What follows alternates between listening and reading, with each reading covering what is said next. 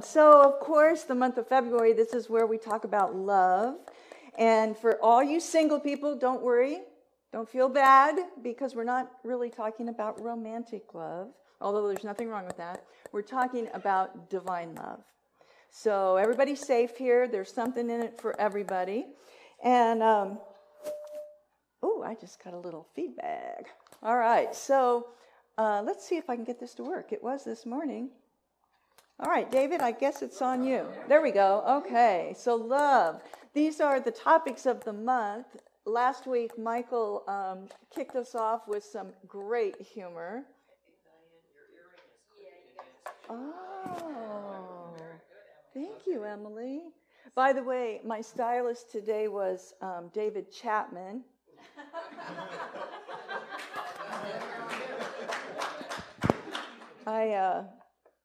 Well, anyway, it's a long story. Never mind. We won't go there. So he kicked it off with living in light and laughter. And, oh, boy, what would we do without humor, right? And God does have a sense of humor. I'll tell you, I went to Kroger's to pick up these balloons, which Michael asked me to pick up the balloons. And I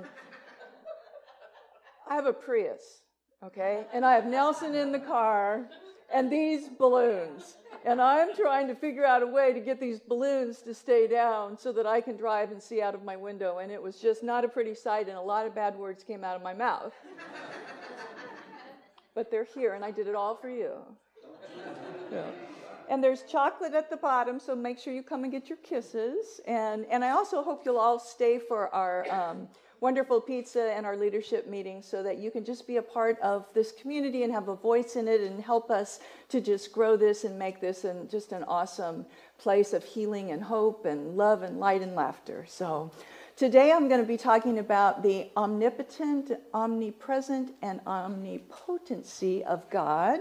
Sounds so heavy, but we're gonna explain that a little bit. And then next week, Michael's going to talk about vision and vitality, the V in love. And then the last month, we had so much fun last month with kind of summing up what we learned during the month and then opening it up for you all to bring your questions, things that are going on in your life, things that are on your heart to share about, and give me a chance to see if I can help support you and see if some of our brilliant healers and practitioners and other ministers here can also help with that. So we've decided we liked that so much that we're going to do that the last Sunday of every month. How's that sound?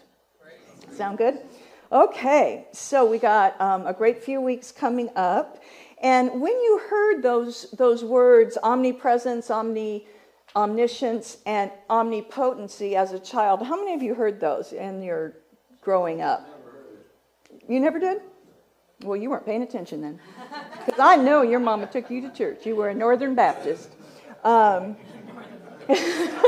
Way different than the Southern Baptist that I grew up with, and Gregory too, and a few others of you, I'm sure. Well, you all were going to hell, let me tell you.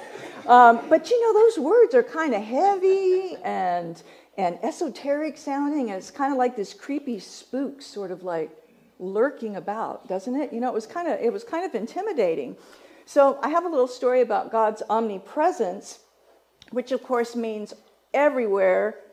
All this, whatever this thing is just like everywhere and ever present.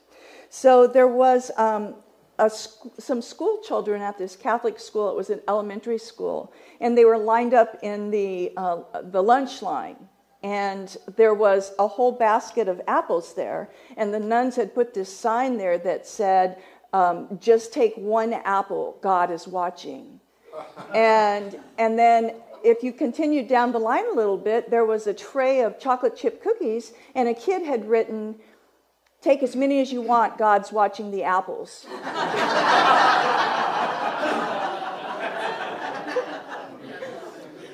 But of course, that omnipresence actually means God had his eye on the apples and the cookies, right? So omnipotent means all power and all powerful. And omniscience means all-knowing. So how many of you found that the idea of an ever-present, all-powerful, all-knowing judge or condemner a bit troubling. That's why you're here, right? Yeah. I mean, it's a little discerning because you can't get away with anything, right? Nothing. And we love to get away with stuff, right? Can't do it. Okay, but what I will tell you is that nowhere in this book, now this looks like a Bible, and I love the Bible. It's got some great stuff, but in this book, which is the Science of Mind textbook that looks like the Bible, see, it's even got the pretty gold and the little ribbon on it, there's nowhere that it says that God condemns or judges. You got to love that, right? There's nowhere. In fact, let's just look at a few things that this book does say. And I'm going to introduce a new term today, omnibenevolent. And what that means is all love. Because that is the substance and stuff that God is love. And it is the foundation of all that other omni stuff. And some of the things that the Science of Mind textbook tells us about God is, it says it's impossible for a sane person to believe that God delights in condemning or damning anyone. God is natural goodness, natural, eternal loving kindness, and holds nothing against anyone. Yay, take a breath. It also goes on to say, no one judges us but ourselves. Well, that may not be true, but it's referring to God, okay? We need not either fear God or the devil because there is no devil and God is love. And if you notice that critical voice in your head that we all have, that's the one that's saying all the judgment and all the criticism. That's not the voice of love. It just isn't. So here's some other statements that you'll find that Ernest Holmes wrote. He says, ultimately, we will see that the universe rests on the shoulders of love and that God is love. God is love. The love of God is omnipresent. It is the divine givingness, the eternal outpouring of spirit through its creation. Through its creation. So that means it's in us. And a universal sense alone bears witness to the divine fact that God is love and love is God.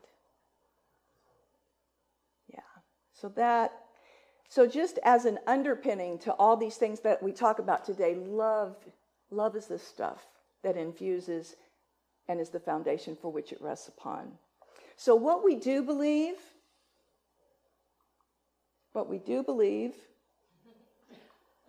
David, thank you. Omnipresent. This is what we believe about that God as love, not as a judge, is omnipresent. So this love is everywhere present. It is surrounding and folding, and it's filling every nook and cranny of existence. That means this is the smallest thing, filling every nook and cranny of you. And what we believe about omnipotent is God as love, not as a condemner, is all power and all powerful. And what Holmes tells us, this is a beautiful quote that I love of his, David. Holmes says that all the power of the universe is with you. Feel it, know it, then act as if it were true. The universe is inexhaustible, it's limitless, it knows no bounds, and it has no confines. We are not depending on a reed shaken by the wind, but on the principle of life itself. For all that we have or ever shall need, it is not some power or even a great power, it is all power. So God as love, not as a critical parent, is omniscient, which is the next one. This is what we believe. We are surrounded by a mind and intelligence that knows everything. The abstract essence of beauty, truth, and wisdom coexist in the mind of the universe. And we, you and I, we can draw from it. We can use it and we can draw from it. Now that kind of omnipresence, omnipotence, and omniscience is something that feels pretty good, right? Now, I want us to get this because we can understand things intellectually, but I don't know about you, but it's one thing to know it here, and then it's another thing to actually have the experience of it. So this week, as I was thinking about omnipresence, omnipotence, and omniscience, and what those things meant, and where my experience was with it, these are the things that I discovered that can kind of make it real for me in the small self kind of way. And so the omnipresent part, I had a really rough week.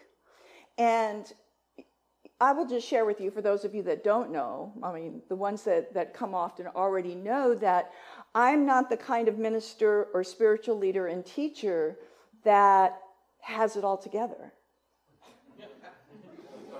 Surprise, surprise. I know that just shocks you, right? I don't raise the dead. I don't walk on water yet. I go through the fire, just like you. I walk through the fire. And I think God made me a minister because I wouldn't do it if I didn't have to. Seriously, really. Because it's hard, isn't it? It's hard. It's hard. And so this week, I was in a lot of physical pain. I'd had some dental work, and I had nerves just shooting pain that was just excruciating. And I was like, okay, omnipresent. And I went, okay, every nook and cranny, that little nerve in my tooth and gum, God is in that. And you know that once I went there and really felt the truth of that, space opened. And there was a release, a relief. There was space where even though the pain was still going on, I could kind of witness it as opposed to being it. Do you know what I mean? Which made it painful, but wasn't suffering, And so that was just my, wow, okay, God's even in that little nerve, So do with that what you will. But that made it real for me and in a personal sense of something that was going on that I was really struggling with. It's causing a great deal of mental anguish and emotional turmoil. And that just kind of settled me. Okay, God's in that too. And then as I thought of omnipotence, it's like, okay, God's all powerful. We know that. There's earthquakes. He moves mountains. He, or he, she, whatever it. We know this big grand power, and then we sometimes experience it where things happen that we just are astounded, wow, that was so cool, or we do things we didn't think we could do, and so we see power in that sense. But I had a visceral, palpable experience of God's power about 25 years ago. I was in early recovery. I was on my knees. And I was just broken, I was surrendered, and I was willing to give it all up. And I was like, just give me a sign. And I went on my way, and that evening I had a spiritual experience. And I was in the car. I'd lost my car. I couldn't find my car. And so I ended up asking this woman to help me, and I went and sat in her car with her, and I started talking to her about some of what I was going through.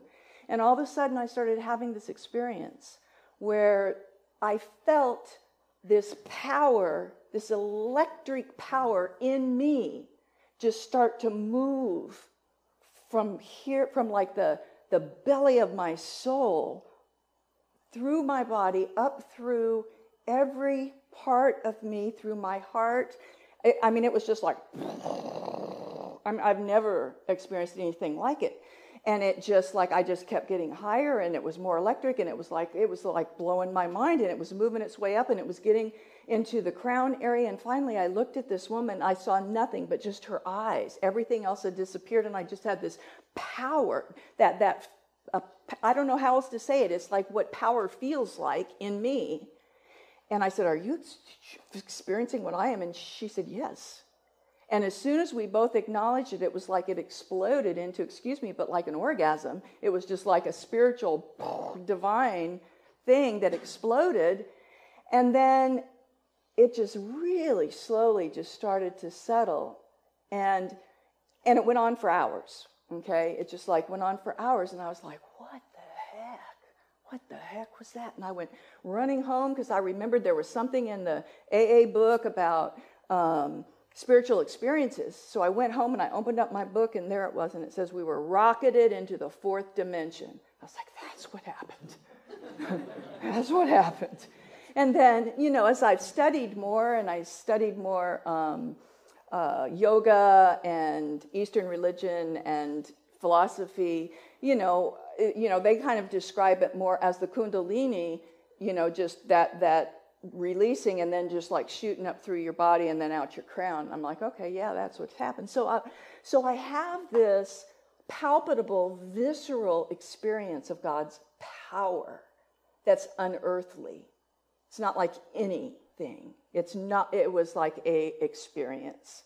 And I often will reflect back on that because it was like a way of God showing me power in a way that I had never thought about it before. And then omnipresent or omniscience, all knowing. That's the intelligence of the universe. Yesterday, I went to Kroger's and got a Valentine's Day card for my mom. And I was still in a lot of pain. I was emotionally in a really bad place. And like, it was like every thought that would come up in my head, it hurt. Have you ever had that? It's just like every thought hurts. And I'm reading some of the greeting cards, and I'm like crying. It's like my heart, And then it makes me think, oh, how has my mom suffered? And, just all that whole sentimental stuff. And so I asked, so I kind of asked my inner self, I asked God, it's like, God, why am, the question, why am I suffering so much? And the answer came really quick. It was just like, this tenderizes me. It teaches me compassion. It helps me surrender, let go. And then I said yesterday, I'm like, and I'm thinking about all the suffering in the world, and this person's suffering, and that person's suffering, and I'm like, is everybody suffering? Why don't you just make everything, everybody happy and feel good? And the answer came, so that you can love. So that you, my child, my hands, my words, my heart, so that you can love and learn about that and give that. How else is God going to do it? Get over waiting for some guy to show up and fix everything, folks. Have you noticed? Ain't happening. I love one of my very favorite Byron Katie sayings is, just keep coming home to yourself. You're the one you've been waiting for. Stop waiting on God and you. Start letting God work through you. That's how it works. And so I was like, okay, those are satisfactory answers. I'm like, okay, that's good. So I want to give you another illustration of these concepts because I want you to get it. I want you to kind of get it on a deeper level than you ever have before. And this illustration I'm going to do is from the Vietnamese Buddhist Thich Nhat Hanh. Did I say that correctly? I think I did. In his book, Peace is in Every Step. And he talks about the idea of interbeingness. And what this means is that everything is in everything. And for our purposes this morning, I'll just say that we'll also include in that everything is everything, and that everything is an expression of God's omnipresence, omnipotence, and omniscience, and love. And so if you really, really get that, totally, then you will clearly see that this piece of paper is God. Bucky gets it. We may have a little work to do. Going to connect some dots here with this. So according to Thich Nhat Hanh, floating above this piece of paper is a cloud. And that is because without a cloud, there would be no rain. And without the rain, the trees can't grow. And without trees, we have no paper. The cloud is essential for this piece of paper to exist. And if the cloud is not here, the sheet of paper can't be here either. And then if we look like even closer into this piece of paper and look even more deeply, we'll see the sunshine in it. Because without the sunshine, the forest would not grow. And so we know that the sunshine is in this piece of paper. And if we continue to look, we'll see the logger in this piece of paper that cut down the tree and sent it down the river. The river's in this piece of paper too. And we'll also see that wheat is in this paper because the logger can't live without bread, without food and sustenance. And we can also see his parents in this because he wouldn't be without them. And then if we really look deep, we'll see that we are in this paper. You are in this paper and I am in this paper because you are the one who's seeing it. You're the perceiver. So you're in it too. So we can say that everything is here within this piece of paper. We can't point to one thing that isn't. Time, space, earth, rain, minerals, sunshine, cloud, river, heat, you, me, everything coexists in this sheet of paper. I can see that you're getting that. It's all interbeingness.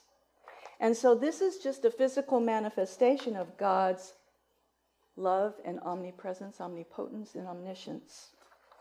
And so discover the reality of that almighty love and all those qualities within yourself right now, that whatever may be going on in your life, whatever struggles, disease, hardship, pain, hurt, anxiety, whatever it is, that you can bring all of these qualities by knowing it. Because there's nothing, what we will know is that there's never anything to be healed. There's only something to be revealed. And once we know the spiritual truth, that's all that's necessary. That's what we do as ministers and as practitioners. There's nothing to heal here. So we get things on an intellectual level, but we have to spiritualize our minds and let it drop into the heart and soul of our experience to really live a life of joy and love and be walking in the fruit of the Spirit with all the qualities that are inherent in you. So I want to, one of my favorites, and if Trey, you're here, I know you love Emma Curtis Hopkins. She's one of our New Thought founders that was a teacher to Ernest Holmes and to Charles and Myrtle Fillmore. And she has some really powerful affirmations that she wrote, and I want us to do those together this morning. So if you just take a look, let's just read these together. And David, there's a few slides, so as soon as we get through, just keep it moving. And I want you to feel this, okay? Make this true for yourself. Let it be an experience of the heart, okay? The good I'm seeking is my God. My God is my life. The good I am seeking is my health. God is my health. The good I am seeking is my strength. God is my strength. The good I'm seeking is my support. God is my support. Life is God. Truth is God. Love is God. Substance is God. God is intelligence, omnipresent, omnipotent, and omniscient. God is life, omnipresent, omnipotent, omniscient. God is truth, omnipresent, omnipotent, omniscient. God is love, omnipresent, omnipotent, omniscient. Now, Emma tells us that have some special time to make these statements of being. This will make you a great thinker. The mind of God will think through you. Wouldn't you love to have the mind of God thinking instead of monkey mind? Oh! The words of God speak through you. Wouldn't that be a revelation? Rather than, what is that? Wah, wah, wah. Instead of that. The joy of God will sing through you. The skill of Spirit will work miracles through you. The beauty of God will inspire you. The love of God will melt the hard lot of humankind before you. You will be so one with your words that you will have to say with Jesus the Christ, I and the Father are one. You will drop off the garments of flesh. You will see that by speaking truth, you are spirit. And that by speaking truth, you are omnipotent. So I want to end today with a little meditation and do a little, just something to get you that visceral, real feeling of God's presence everywhere. So if you would just go inside and close your eyes and just relax and feel your breath going in and out and become very aware of your breathing. And I want you to reflect on the presence of God in the atmosphere everywhere around you. Spirit and breath come from the same word. Sense the love of God everywhere around you, going in and out of you with each breath. This is the omnipresence of God's love. Focus on my voice and recognize that as it goes in your ears, the vibration sends a message to your brain which translates the vibration into something that you understand. Know that this is the omniscience, the all-knowing intelligence of God as love. And turn your attention to the sensations within your body. Notice the feeling of your skin, the touch of your clothing on your skin. Feel the sensations in your mouth. Put your tongue resting on your teeth. And notice any bodily sensations and reflect that every sensation is the biochemical process of the energy and power that is the creative life within you. Feel God's power. God's omnipotence at work within you. And now take this outside of yourself. Bring these qualities, this experience, and begin to move it from the inside to the outside. And I want you to just gently, softly open your eyes. And I want you to look around the room in silence at the other people,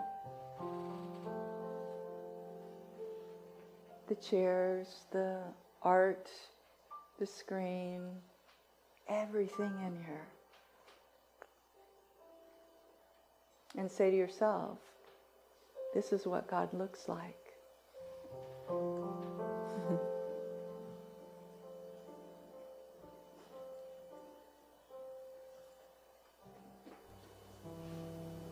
This is what God looks like. It's pretty beautiful.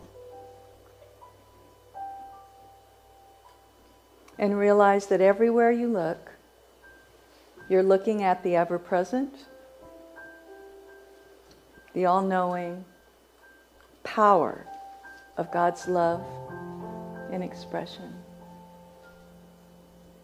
You are beautiful expressions of God. And I love you. Now go love. And so it is.